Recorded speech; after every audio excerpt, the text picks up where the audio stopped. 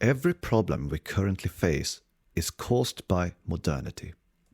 Modernity can be summarized as unbridled individualism, materialism, atheism, hedonism, and a lack of social cohesion. In other words, chaos. From a traditionalist perspective, it is a fall away from the sacred structures that reside along a vertical spiritual axis where authority and order are, or should be, emitted from higher institutions down to all people in a relationship based on loyalty, honor, faithfulness, and sacrifice. Instead, what we have are tired residues of those structures, with eroded foundations, where the whim of the moment, the animal impulse, the subconscious and telluric drives, often spurred on by energies and entities of which the individual is totally unaware, are the only guiding principles. Modernity is poison, yet it is the air we breathe. The toxic environments, whether it be mental, spiritual, psychic, and natural, are but a mirror of a deeper toxin, one to which we've become accustomed since birth, and which kills us slowly every day if we don't wake up and actively resist. The opposite of modernity is tradition. Tradition is an archetypical, eternal structure of things, a supranature, an order beyond corruption. Cosmos, life, strength, order. Live in tune with it on both an individual and societal scale, and you will flourish. Reject it, and you will perish. This series of videos is for those of you who are waking up and want to discover alternatives, a better way, an older way, yet timeless. For you who want to share in a timeless sense in the spirit of your ancestors, to breathe their air, to hear their words. In fact, this whole channel is for you, and I invite you to subscribe and tune in for much more content to come for the traditional soul. Now, here are some things you can do, wherever you are, to live your life in a traditional way, an active, everyday rebellion and personal revolt against a world set to destroy you and sweep you away in a current of dust and emptiness.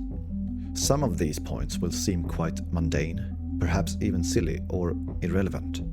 Others will be more challenging and profound. But I assure you, if you adhere to them as I have done, the impact on you and everyone around you will be inspiring.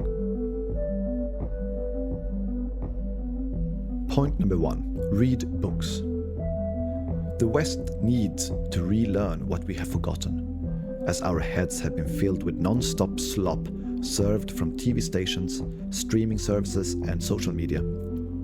You can consume plenty of useful and inspiring content anywhere. I certainly hope you're enjoying this video right now. But in order to build a solid mental foundation, you need to read. The West is you. It is up to you to keep the tradition alive.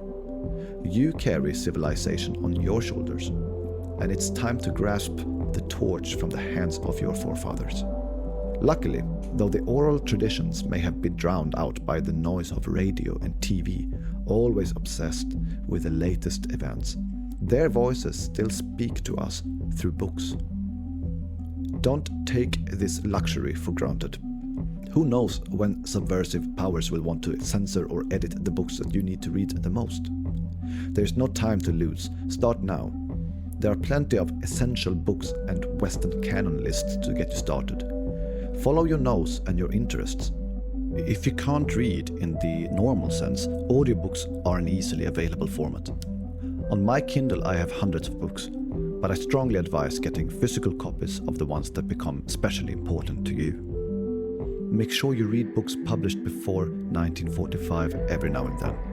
The post-war morals agreed upon in the Western world have ensured a heavily biased tone and thought policing in everything published since, especially in academia.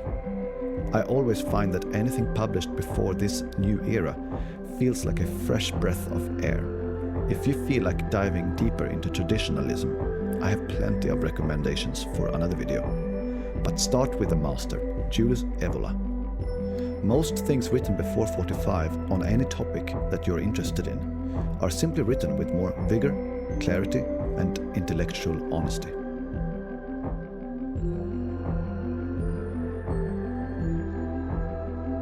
Point number 2. Keep a journal.